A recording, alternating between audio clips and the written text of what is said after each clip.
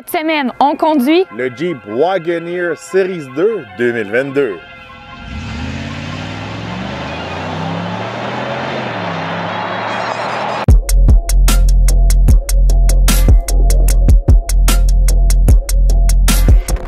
Pour 2022, Jeep rentre dans le marché des VUS de grande taille avec la série Wagoneer et Grand Wagoneer. Est-ce qu'il y a une différence entre ces deux modèles-là? Oui, mais pas exactement celle qu'on pense. Beaucoup de gens pensent que le Grand Wagoneer est plus grand que le Wagoneer. En fait, ils sont pas mal la même taille, sauf qu'il y en a un qui a plus de luxe et un peu moins de luxe.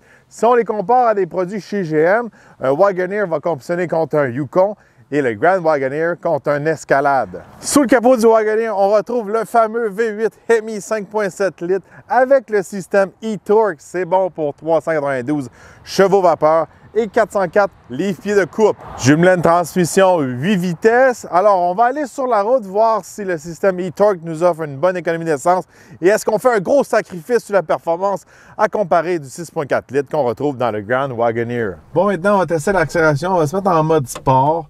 On a testé plusieurs produits Jeep dans la dernière saison. Grand Cherokee L, Grand Wagoneer, le Cherokee, le Grand Cherokee avec le moteur V8 dedans, il se déplaçait quand même bien. Le Grand Wagoneer avec le 6.4 litres, il se déplaçait bien. Mais là, on est comme entre les deux. On a le gros gabarit, mais on n'a pas le plus gros moteur. Fait qu'on va voir qu'est-ce que ça va donner. Oui.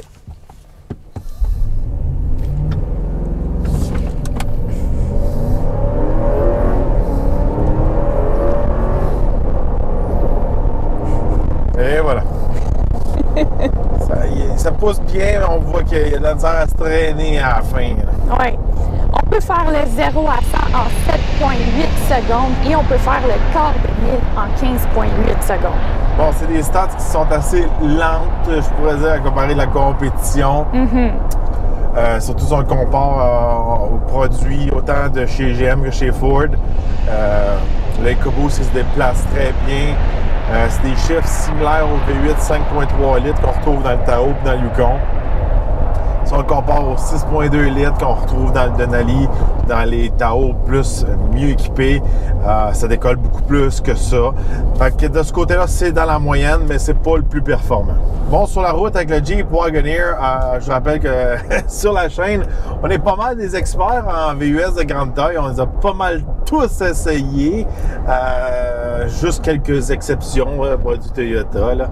Mais on les a pas mal tous essayés. Puis aussi, on est propriétaire d'un Yukon Denali. Oui. Fait qu'on sait vraiment de quoi qu'on parle de ce côté-là. Cette semaine, c'est quoi tes impressions conduire le Wagoneer, toi, Eve? La première chose que j'ai remarqué en étant au volant du Wagoneer, c'est que je me sens beaucoup plus haut quand même que dans le Yukon. Puis je sens que c'est un peu plus bateau aussi. Tu sais, on voit avec la suspension et tout, c'est très confortable, mais il y a un peu plus un sacrifice sur la tenue de route. Mais c'est pas surprenant, c'est un Jeep. Côté hors route, il doit vraiment être plus fort là que quand il est plus... la priorité est plus pour leur route. Exactement. Que la tenue de route. Les produits qu'on retrouve, surtout chez GM, les Tahoe, surtout les Suburban, les Yukon, ces choses-là, souvent, ces véhicules-là ont été développés aussi en considération être sur le marché de flotte, autant pour la police que le FBI, que les services secrets, etc. Fait que c'est sûr et certain que s'ils sont un petit peu trop hauts puis ils tiennent pas dans les courbes, c'est une lacune pour une certaine part de leur marché. Là, on voit que le Wagoneer, eux autres, ils sont vraiment Jeep, c'est vraiment leur route qui compte. On s'en va au chalet, on a des bonnes capacités. Puis, parlant de ça, avec la suspension à l'air qu'on a, elle a une suspension ajustable en hauteur. Alors, sur l'autoroute, ça va descendre pour être plus aérodynamique. On a un mode débarcadère. Après ça, on a des modes normales. Hors route 1, hors route 2, qui vient remonter la suspension. Des trucs qu'on peut retrouver aussi autant sur le Tahoe que le Yukon que sur l'Escalade. Mais comme je suis d'accord avec toi, on les a comparés à la maison avec le Yukon. Le Wagoneer en moyenne est plus haut. Oui. Puis quand on le pousse dans la courbe, on le voit là que vraiment là on peut moins le pousser. Oui. le centre de gravité du véhicule est plus haut. On est moins confiant dans la courbe, je dirais. Fait que c'est sûr et certain que de ce côté-là, peut-être qu'on va avoir un petit peu plus d'agrément de conduite côté tenue de route si on est dans un produit chez GM ou chez Ford. Du côté du design extérieur, pour le Wagoneer, comme tu l'as mentionné, on a démystifié ça tantôt. Il y en a beaucoup qui pensent que le Grand Wagoneer était plus grand que le Wagoneer. C'est pas le cas. Puis si on compare côté design extérieur avec le Grand Wagoneer, la seule différence qu'il y a, c'est qu'il n'y a pas tout qui est en chrome. Tout est plus gros, tout est plus luxueux. Il y a des grosses finitions alentour des fenêtres. C'est pas mal le même design, mais en avant, la grille, tout ça, il y a des petites différences. Celui-là est un peu plus Monsieur Tout-le-Monde. On a aussi une autre édition qu'on peut opter pour la Wagoneer qui va être toute noire. Ça, c'est pas mal plus de notre goût à nous. Oui. Regardez, un design très carré, les vitres carrées, mais je pourrais dire de loin, c'est facile de se tromper entre un Wagoneer et un Grand Wagoneer. Oui. Si on passe à l'intérieur du véhicule, on retrouve des finis assez luxueux, des mélanges de cuir foncé avec des surpiqûres, les bancs à l'intérieur pâles, couleur sel de mer. Je trouve ça vraiment beau. C'est sûr, avec les enfants, il faut faire attention, c'est un peu plus salissant, mais en cuir, ça se lave bien. Toutes les boiseries, habituellement, je suis pas fan de boiseries, mais là, je trouve ça beau, sont foncés, un mélange de gris-noir. Puis, écoutez, l'intérieur, comment c'est placé, le luxe qu'on retrouve et tout, là, c'est vraiment un mélange, je dirais, du Grand Cherokee et du Grand Wagoneer. Ils ont mis ça ensemble pour le Wagoneer. Ouais, c'est moins over the top que comme dans le Grand Wagoneer, là, quand on a des écrans devant toi, des écrans partout. Ah oui. Mais quand même, on a l'essentiel. Comme je disais, comme tu dirais, ça ferait Grand Cherokee, mais quand on regarde devant moi, les cadrans, le volant, tout ça, ça fait Wagoneer. Je vous rappelle que de plus en plus, chez Jeep, on essaie de pousser de plus en plus la marque Wagoneer, puis un peu oublier que c'est un Jeep. C'est pour ça qu'à l'intérieur, on n'a pas vraiment de logo Jeep. Puis sur le volant, on retrouve vraiment le mot Wagoneer au lieu d'un logo Jeep. C'est quelque chose qu'on peut remarquer. Côté confort, très confortable, des bons sièges. Ils sont gros, sont massifs, on est bien assis dedans. Je trouve ça fantastique. Quand même, quelque chose que j'ai remarqué, moi, de mon côté, je trouve que je suis un petit peu à l'étroit côté conducteur. La console centrale est assez grosse. Oui. Je pense que j'ai un meilleur confort de ce côté-là. Côté espace pour le conducteur, je pourrais dire en largeur, c'est un petit peu mieux chez Ford puis chez GM de ce côté-là. Toi, comment tu trouves le confort, Ève? C'est sûr que moi, si je regarde côté passager, j'ai beaucoup de place. Si on passe à la deuxième rangée et la troisième aussi, il y a aussi beaucoup de place, là. Tu sais, je les ai testés, les 3 rangées. J'étais très confortable dans les 3 rangées. C'est le plus spacieux côté espace habitable qu'ils appellent. Là. Alors, moi, j'ai pas pu constater vraiment qu'il y a une méga différence là, avec GM et Ford, mais quand même, toi, tu étais dans la rangée. Qu'est-ce que tu en pensais? Est-ce que tu as vu que ça y avait beaucoup plus de place ou c'était juste normal? Non, c'était quand même bien. Tu sais, j'avais pas les jambes à côté. C'est pas quelque chose qui va être vraiment flagrant, marquant, mais il y a assez d'espace, là. Mes genoux étaient pas à côté dans le banc d'en avant, là, la configuration qu'on a cette semaine, on peut avoir jusqu'à 8 passagers. Fait que c'est pratique si vous avez une grande famille. Là, on a vraiment les 2 banquettes, je pourrais dire. La part du temps qu'on a ces véhicules-là, on a les sièges capitaines.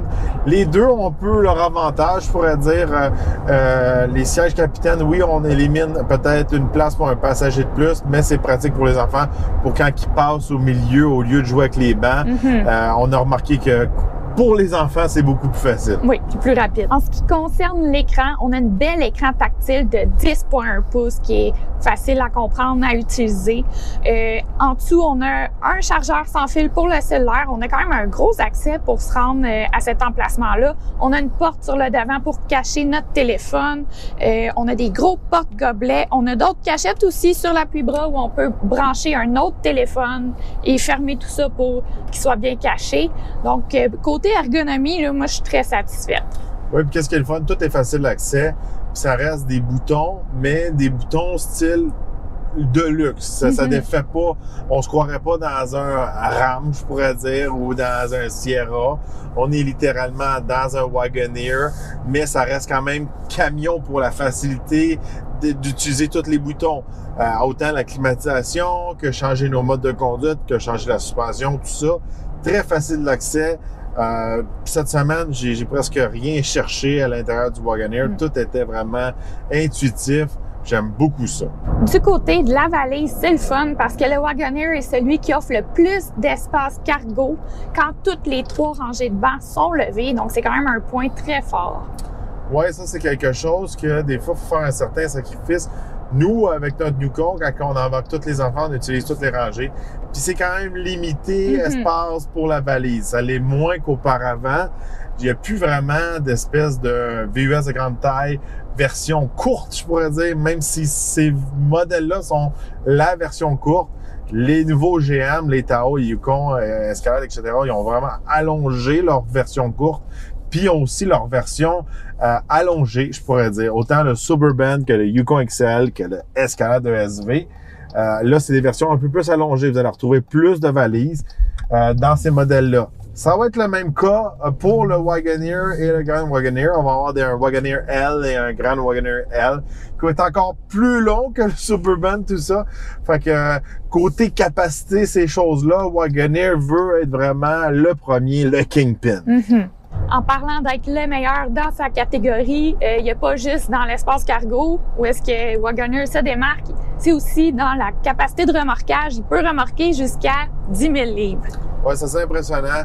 C'est rare que les VUS de grande taille ont touché au fameux 10 000 livres. Ça a toujours été dans le bas de 10 000 livres. Fait que si vous voulez remorquer et emmener beaucoup de gens, Wagoneer est assez impressionnant de ce côté-là. Du côté de l'économie d'essence, cette semaine, on a fait du 13 litres au 100 km. Ça, c'est route et autoroute combinées. Là, je vous rappelle qu'on a la technologie e-Torque sur le modèle à l'essai cette semaine. Jules, est-ce que tu trouves que ça a vraiment fait une différence côté économie d'essence? Oui, ça a aidé. Je dirais qu'à comparer, mettons, d'un Tahoe ou d'un Yukon, autant qu'avec le 5.3 ou le 6.2, ils vont tout le temps consommer en moyenne 1 à 2 litres de plus au 100 km. Là, on est dans le Wagoneer, on est comme un petit peu plus gros, un petit peu plus haut aussi. Je m'attendais à consommer la même chose ou un petit peu plus. Là, on est un petit peu en bas. Je trouve, pour les capacités, la performance, le remorquage, tout ça, faire du 13 litres au 100, ça a beaucoup d'allure. C'est sûr, de ce côté-là, ça ne vient pas toucher aux chiffres d'économie d'essence qu'on retrouve chez GM avec les moteurs diesel et les Duramax.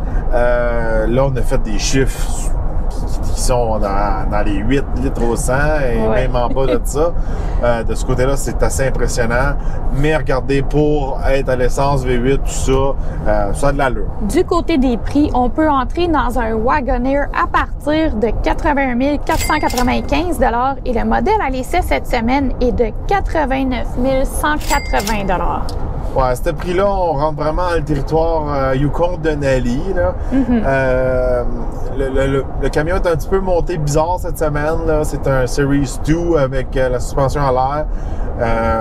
Pour le même prix, on peut avoir un Série 3, je pourrais dire. Fait que peut-être qu'on va avoir un petit peu plus de gadgets. Je trouve pour 90 000 $, il manque une coupe de trucs. Là. Il n'y a pas de toit ouvrant. Les sièges à l'arrière sont pas électriques. Il faut se battre un peu avec. Il faut avoir des longs bras. C'est assez dur ça rendre une fois qu'ils sont couchés. J'ai eu de la misère cette semaine un peu. Il n'y a pas les fameux marchepieds qui s'ouvrent, qui se ferment. Pour le prix, c'est pas un deal, je pourrais dire. Si on veut se démarquer sur la route, pas être comme tout le monde, c'est sûr et certain, des Wagoneer, on n'en voit pas souvent. Pour conclure, le Wagoneer, c'est un véhicule qui est entré dans un marché extrêmement compétitif. Il essaye fort de se démarquer. Il offre une grosse capacité de remorquage. Il essaie de donner des plus aux gens qui vont l'acheter pour attirer la clientèle. Mais, comme j'ai dit, il est dans un marché extrêmement compétitif. Oui, regardez, c'est sûr, certains expéditions, Tahoe, Yukon, etc. C'est des véhicules aussi qui font partie de flotte, comme j'expliquais. Ils sont un peu vendus à gros volume, à gros marché. Autant chez Ford avec leur EcoBoost qui va donner le meilleur des deux mondes, qui va donner l'économie d'essence, la performance, la capacité de remorquage, sans avoir le gros V8 et les coûts qui sont associés avec les V8 aussi quand on les plaque, surtout ici au Québec. Chez GM, regardez, cette nouvelle génération, littéralement, qui est venue un peu détruire tout ce qui était sur le marché quand ils ont introduit cette nouvelle génération de Grand VUS en 2021. Wagoneer, c'est beau et bien, comme tu dis, ils essaient de gagner des points à certaines places, mais je trouve que leur formule est pas tout à fait assez raffinée pour détrôner littéralement l'expédition puis les produits chez GM. Dans le futur, on s'attend qu'il va peut-être avoir d'autres moteurs comme le fameux 600 ligne Tornado. Je ne sais pas si le Wagoneer va l'avoir. Je sais que le Grand Wagoneer va l'avoir parce que là, de ce côté-là, on va pouvoir avoir en plus un mix comme le fameux EcoBoost qu'on retrouve chez Ford. À mon avis, à moi, je trouve que le Wagoneer et le Grand Wagoneer sont un petit peu trop proches. La plupart des gens, ils savent pas c'est quoi la différence. Faut être vraiment connaisseur, piqué sur ces modèles-là. Puis la plupart des gens, ça les intéresse pas vraiment savoir qu'est-ce qui est quoi quand on est dans des modèles très similaires comme ça. Je pense que j'aurais été chez Jeep. Je m'aurais peut-être plus attaqué au marché qui vise un petit peu plus le Tahoe que le Yukon. Oui, ici au Canada, le Yukon, les GMC, tout ça, ça marche très bien, mais aux États-Unis puis au Mexique, le produit Chevrolet est extrêmement populaire. Je sais que Wagoneer veut dire le luxe. Peut-être faire une version Jeep, pas Wagoneer, un super grand Cherokee, peut-être serait plus de volume, je pourrais dire, pour Jeep. Ouais. Il manque le fameux Tahoe, là, je pourrais dire, dans leur line-up, parce que dernièrement, on va se dire, ils ont toutes les grosseurs, mais à mon avis, à moi, il manque la formule, le sweet spot Tahoe Expedition, ouais. Ils l'ont pas, je pense. Parce que là, il y a le Grand Cherokee, le Grand Cherokee L, Wagoneer, le Grand Wagoneer, puis il va y avoir les versions allongées, mais il manque une version comme un petit peu plus abordable, on va se le dire. Ça prendrait un grand VUS, mais qui part dans les 70 000, 68 000 de base, ouais, pour compétitionner vraiment avec les Tahoe et Suburban. À mon avis, à moi, c'est ça leur lacune chez Jeep.